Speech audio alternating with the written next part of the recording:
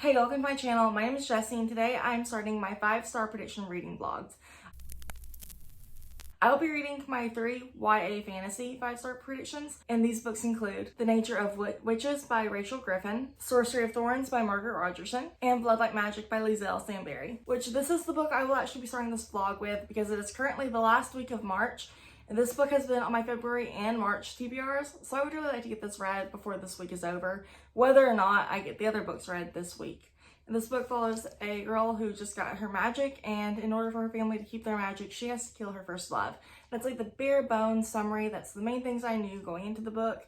That combined with the cover made me buy it, and so I'm really hoping that I will like this book. I did try reading a little bit of this earlier this month, but at the time I wasn't really feeling fantasy the day I started it. I don't really know what else was going on. I must have been busy or something, because I think I had planned on starting that vlog this day and then just stuff came up. But I'm looking forward to this and I'm hoping it'll go well. I will be starting this book today. I think I'm actually going to start the audiobook.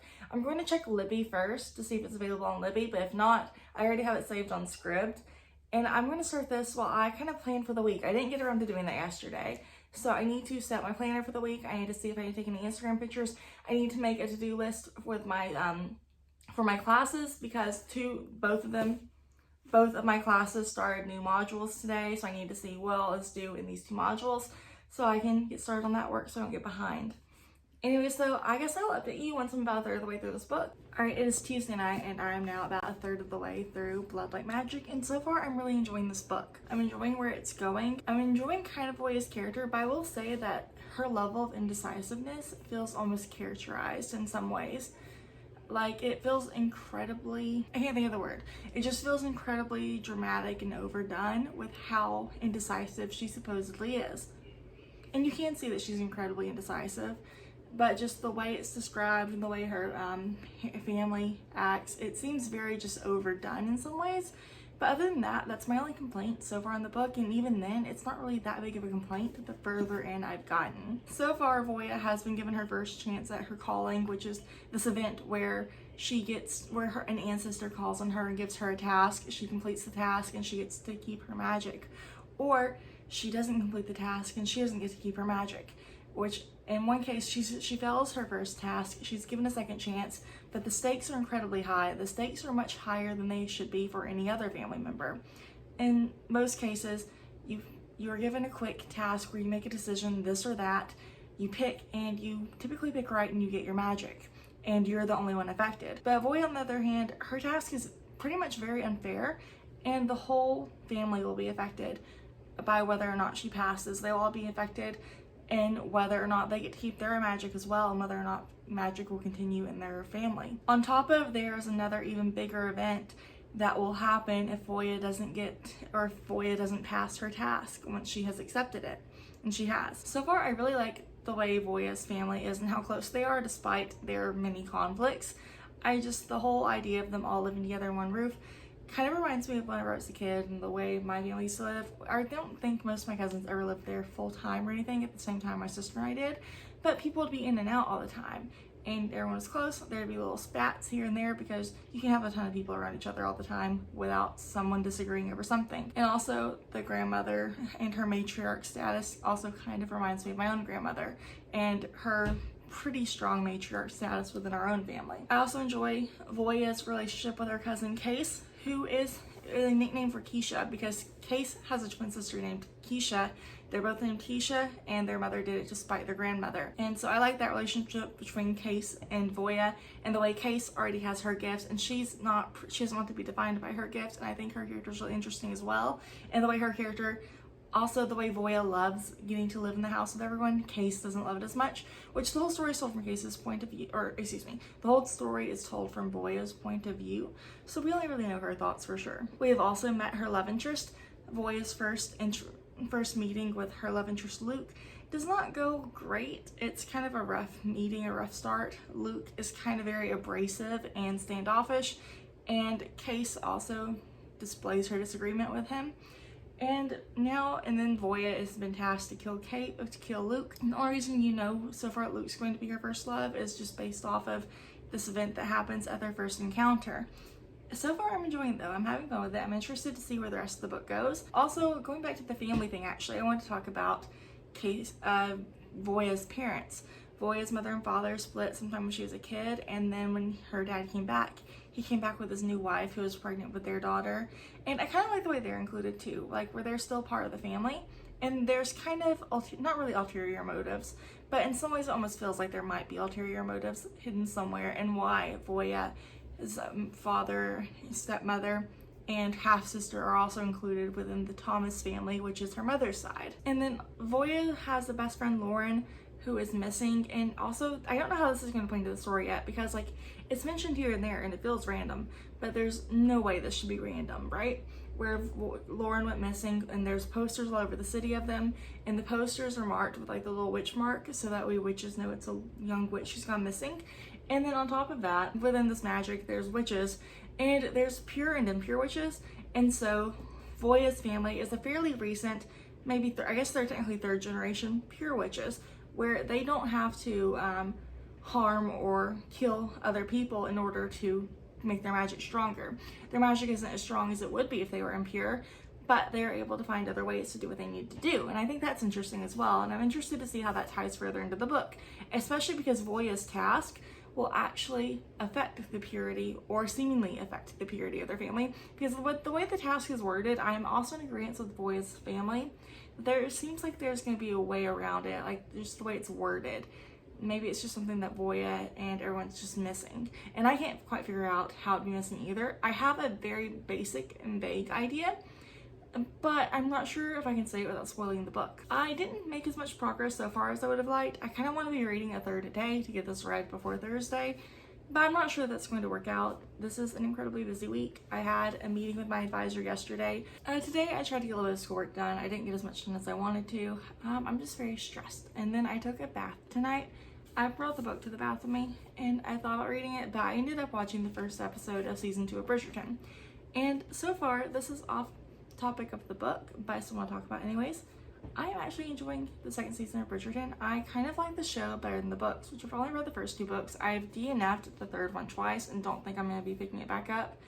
And from everything I've heard about the books, I don't know that I'm particularly interested in continuing the series. But I like the way the show's written. And I guess with it diverging from the books so much, I don't mind not reading the books before watching every season, assuming that Netflix keeps renewing it.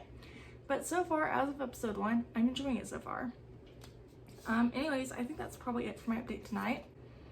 We have another storm coming in. I don't think it's supposed to be as strong as the one that caused the tornadoes last week, but the winds are supposed to be pretty bad tomorrow. So I guess we'll see how everything goes tomorrow. And I'll talk to you once I've read the next third. Alright, hey, it's been about a week since I last read this book or updated this vlog, but I am now about 2/3 of the way through Bloodlight Magic. I've been listening to the audiobook all morning while I take care of some stuff I need to take care of. And I just wanted to hop on real quick and do my update. Rowan is in the living room right now, so you might hear a little bit of background noise. He may even run in here. I'm not quite sure. But I do have a lot of stuff to do today, and I'm still hopeful I can finish this book, so I want to get this update done pretty quickly, because otherwise I would have to wait about 2 hours before I can update. And that's 2 hours I could be reading. One thing I forgot to mention in my first update is that I love the casual queerness in this book. One of her cousins is, I think she describes herself as being demi-romantic. I'm not quite sure if I'm using that term correctly.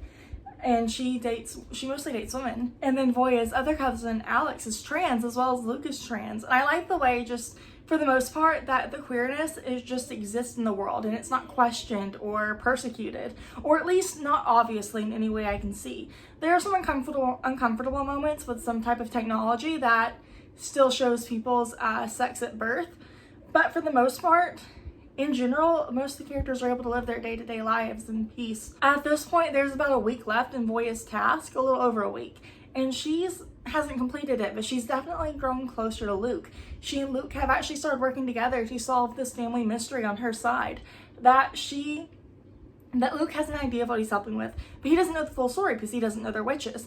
And there was this family member that was essentially no one knew about, and so she and Luke are trying to figure out what's going on, and there's a connection between that family member and Luke's sponsor father, Justin, who owns like this big tech company or genetics company that does a lot of stuff in this world.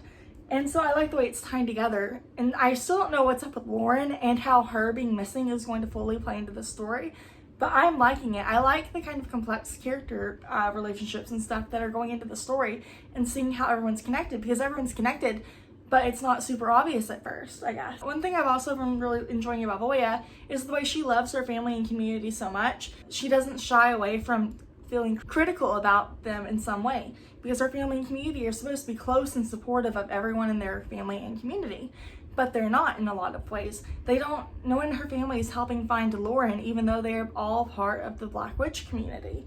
And so she's kind of critical towards that. And maybe it's because she's a teenager and, you know, she hasn't finished growing up. Maybe if she were an older character, she would have a little more trouble feeling critical. But I like that she is critical, and I'm interested to see what she will do or how she might eventually enact change in that. Her indecisiveness is definitely starting to feel a lot more relatable and less just overdone and overdramatic. And I'm having a really good time learning more about her. She also has faced criticism from her family, not to her face. She just accidentally got caught. She just accidentally ended up eavesdropping, and her family is definitely having doubts about whether or not she can complete this task. And it's a huge task because this task will change everything for her family. I'm also interested because I feel like for the most part there has to be a way around this task, or that this task isn't as literal as she thinks. And two people, Mama Jova, who gave her the task, as well as Johan, who was a teacher for her when she was younger and part of one of the other witch families. The way they've talked, it's definitely, I don't think it's as cut and dry or as literal as Voya and everyone in her family seems to think it is. And I've been kind of wanting to read the summary of the second book, which I think comes out in late July or early August, to see how this one might end. But I keep stopping myself because I don't want to spoil it. Alright, hi, it's been another busy Monday. So far today I have cleaned my house, I have done a little bit of schoolwork, and I have also just finished doing 2 videos. I just videoed my first quarter reading stats, and I did the introduction to my April buzzword challenge vlog. And now I'm going to do another video while I'm on a roll and while we're on naps and before another storm rolls in. And I let you know that I have finished Blood Like Magic by Lizelle Samberry, and it was a 5-star, which is amazing because I love it when 5-star predictions are actually 5 stars. It's really satisfying. But I absolutely love the end of the book. Like, the whole book, there's always something going on. But there's definitely a lot more action towards the end. But the end is all leading up to the day that Voya has to make her decision to destroy her first love. And at the last third of the book, she goes to this cooking competition. She makes like 2 attempts on Luke's life. She also watches an impure magic ritual to kind of see how she should be able to kill Luke to save her family. And she kind of messes it up in some ways. But overall, I really loved this, and it was great. I loved Voya coming to the realization and kind of breaking down more so of what the task really meant, and, you know, her becoming closer to Mama Jova. I will also say, though, as the book goes on, it does get a little predictable in 2 parts. I think by around the time I finished my last update, and I read maybe a chapter or so into the last quarter, I kind of started to realize, like, oh, okay, I think I know what else this task could be. And there was another part of the book, and like a role that Voya will take on in the end, that I think becomes a little more obvious towards the last quarter of the book as well. But I didn't mind it, or the last third of the book maybe, but I didn't mind that too much. Overall, it was really good, and I had a great time with it. I am really excited to read the sequel, and I think it comes out sometime in August. So I will definitely be trying to pick it up because I want to see where Voya's story goes from here. I want to see what's going to happen, especially with the way things ended with the standoff almost that happened and what happened with their family, and what's going to happen between Voya and Luke and Voya and Case and Voya and Alex, because there's just so much stuff that came out towards the end. And so I am just really happy I read this book, and I believe the next book I will most likely be reading is Sorcery of Thorns, but I'm going to be honest and let you know that this will be another time where I don't update for a while, which I guess technically you probably won't know that I haven't updated in a while because, you know, this will just go to the next clip. But if I say anything that doesn't make sense or that I've said before, that's probably why. Alright, so I am now about a third of the way through Sorcery of Thorns by Margaret Rogerson, and I have to admit it is taking me a little bit longer to get into this book than I expected it to. Sorcery of Thorns follows a girl named Elizabeth who grew up raised in these great libraries where the books were essentially alive and could have their own magic. And she's also grown up believing that sorcery and sorcerers are evil. And then something happens. She's essentially framed for this crime, and she ends up working with this sorcerer to save the kingdom and kind of prove that she's innocent. And that's kind of what I knew about the book going in. And I'm at the 1/3 mark, and Elizabeth's innocence has already kind of been proven.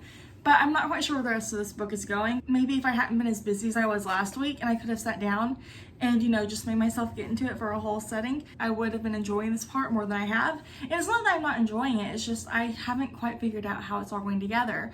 And I think that I've been reading it in too many short little sittings rather than long sittings, where I am able to get more of the story in one go and I'm able to see more of it at once rather than just constantly interrupting myself. I'm still hopeful that this could be a 5-star read, especially because this is a 5-star prediction reading vlog.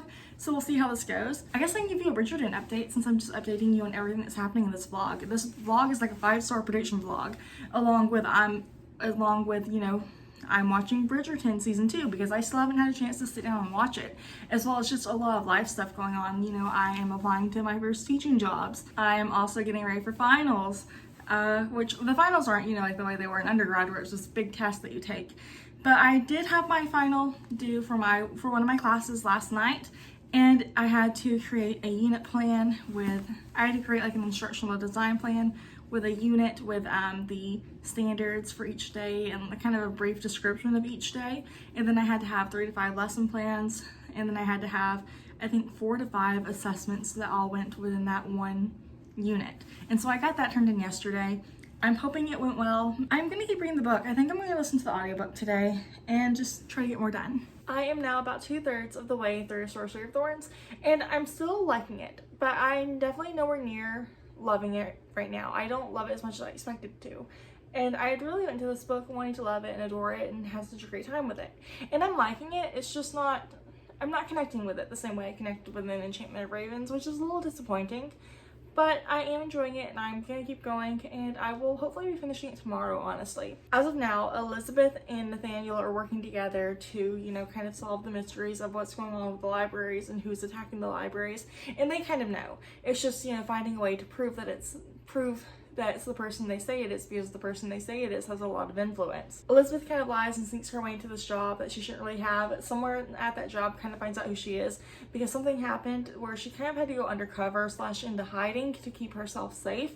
She's also been essentially exiled from the library she grew up in. She's trying to, you know, solve everything, and I think she's hoping her life will return to normal, but at the same time, she and Nathaniel have definitely started to develop feelings. I think maybe the problem I am having with this book compared to an Enchantment of Ravens is that I feel like the romance has been a little bit more slower building in this book than it was in an Enchantment of Ravens, which I guess makes sense because in an Enchantment of Ravens, the main character is with, you know, the love interest pretty much the entire book for the most part. It's just them alone going throughout whatever they're having to do.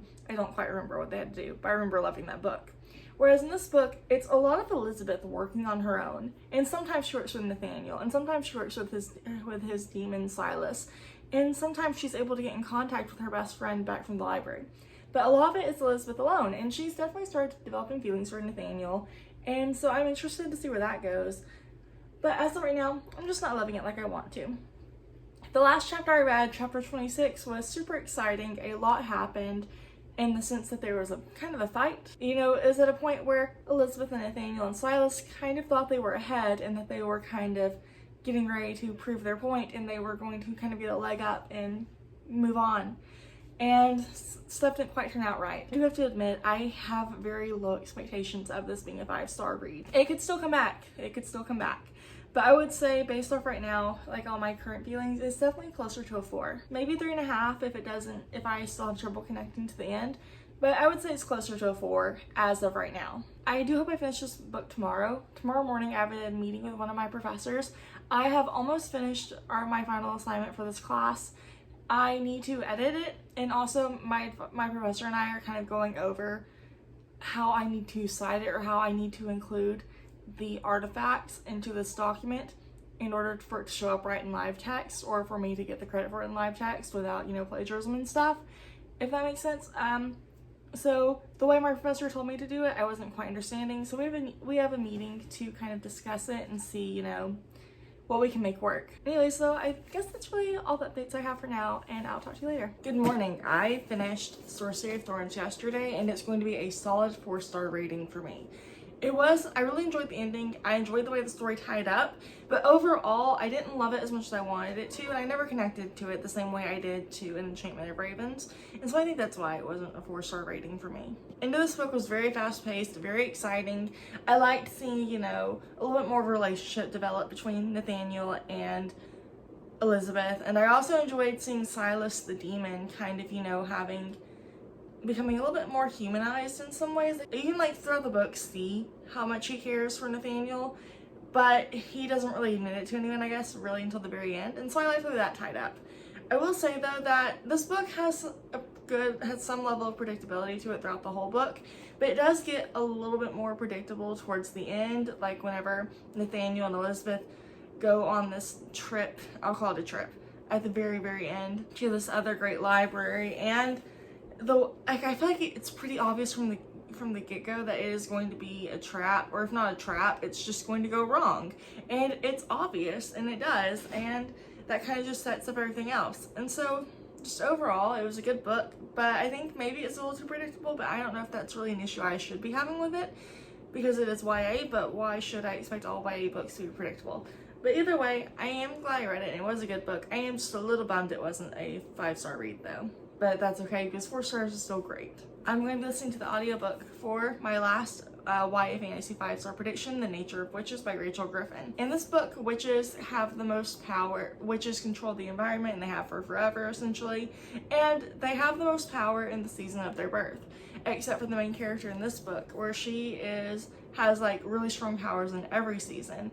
And essentially saving the world has essentially fallen into her hands, but she doesn't particularly want to. And then when she starts trying to do it, she falls in love with this guy and then finds out she may have to sacrifice him, I think, to save the world. I'm not quite sure, but it sounded interesting. It sounded high stakes, and I'm going to admit it that probably the cover played a little bit of a reason in this being a 5-star prediction. This is so pretty. I think in May I'm going to try to post on Instagram every single day, and I think I'm going to follow the prompts posted by @TheReaderBee on Instagram, who created the like hashtag all the books May, and there's 31 prompts for every day in May, and so I think I'm gonna try to follow along to those. And I went ahead and took pictures for most of the first week. I still have a couple that I'm doing reels for that I couldn't do while I was listening to my audiobook, and I was engrossed, and I actually kind of struggled to turn it off to get to this first update. I'm actually really enjoying this book so far. I wasn't sure how it would come off. Like, I wasn't sure if it'd feel a little cheesy, but I was still hoping I'd like it. And so far, I'm definitely liking the first third. So far, you can definitely tell why Clara doesn't really want to be an Everwitch, and you can tell why she doesn't want her magic. And she even has a plan in place to get rid of her magic, but essentially the world at this point is relying on her learning how to use her magic accurately and well. But her inability to control her magic has also just created a ton of problems for her, and has created a lot more loss than she should have ever had to have lived through. And I will say there's this unpredictable part about, there's this one, this might be a minor spoiler, but there's like a character death within the first third that I feel like once you start reading the book, you can kind of see it coming. And so I don't think it's a huge spoiler because it feels like there's not a way for the book to progress without it, or at least I can't think of one. But you can see examples of just the weather being out of control so far in this book. And you can see where Clara has, been isolated from her peers by the school administration because of accidents and stuff. But you can also see how she's further isolated herself because of that fear that, she's just going to hurt people. And so that part of her character has been interesting to follow. Also, Song, the guy that I think is going to end up ultimately having feelings for, he has already been introduced into the book. I guess I thought based on the summary that he wouldn't be introduced into the book until spring, but the book starts right at the end of summer. There's 1 or 2 chapters in summer, and then it goes into autumn, and I've just started winter. So Song's already been introduced, and he's actually helping her learn how to control her magic, and she's just kind of worried, and she's not worried. So, she's worried because her magic tends to harm the people she loves the most, whereas Song she doesn't really have feelings for so far. but like you know it's gonna develop. She's also been taken out of a lot of her group practices and is working one-on-one with Song, who is about a year older than her, and he was actually brought to the school under false pretenses. He thought he was gonna be at the school to do something else, and then finds out, no, you're training this Everwitch, the first one in over 100 years, who we don't really know how to train, and she also doesn't know how to control her magic. Which brings me on to the fact that the Everwitch is so rare. The last one that they know of in this book was 100 years in the past, or over 100 years in the past. And there's very few records of this witch, so there's not a lot to go off of. Clara also, you know, received a memoir about this witch.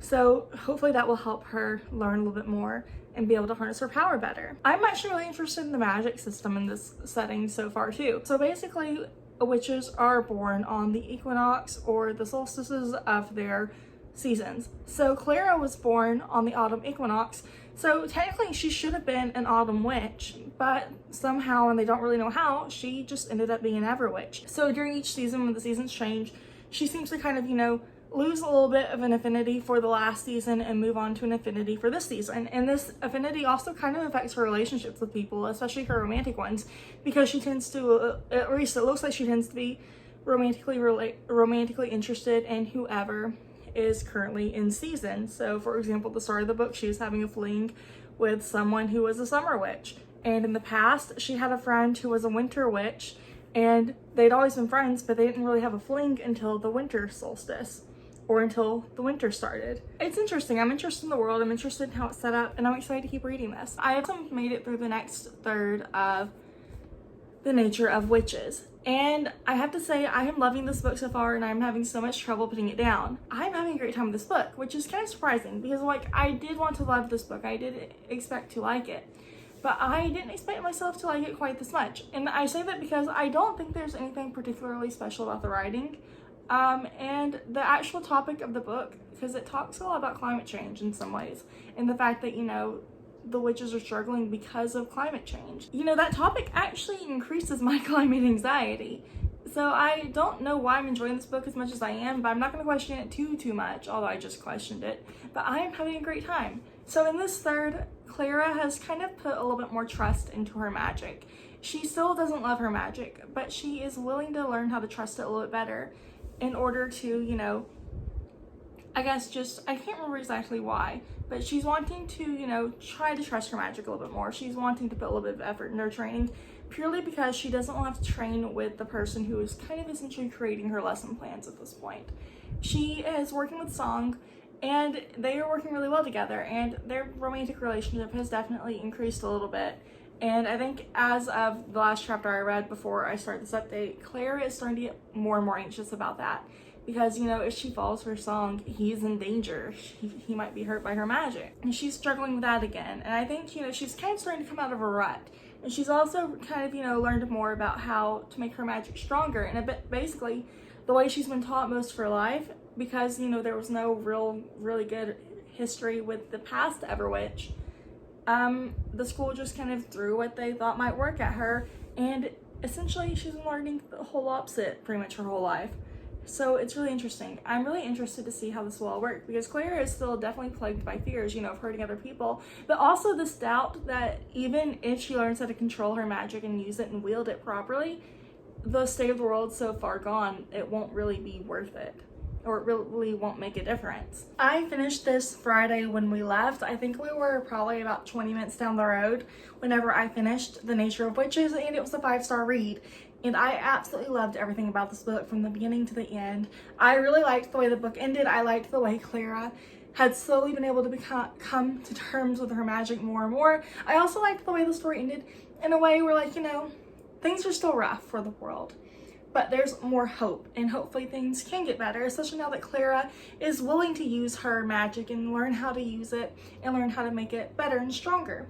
And just basically, I love this book and I had a great time with it. And I would say that this has so far been a pretty successful 5-star predictions vlog. You know, I had one 4-star book, but that's still a great rating. It was still a great book. It just didn't quite live up to my hopes.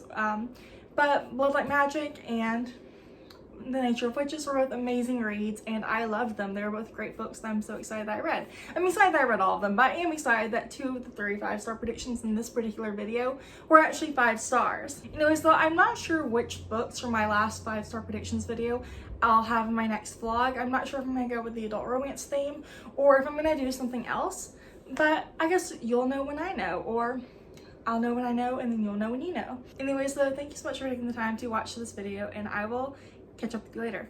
Bye.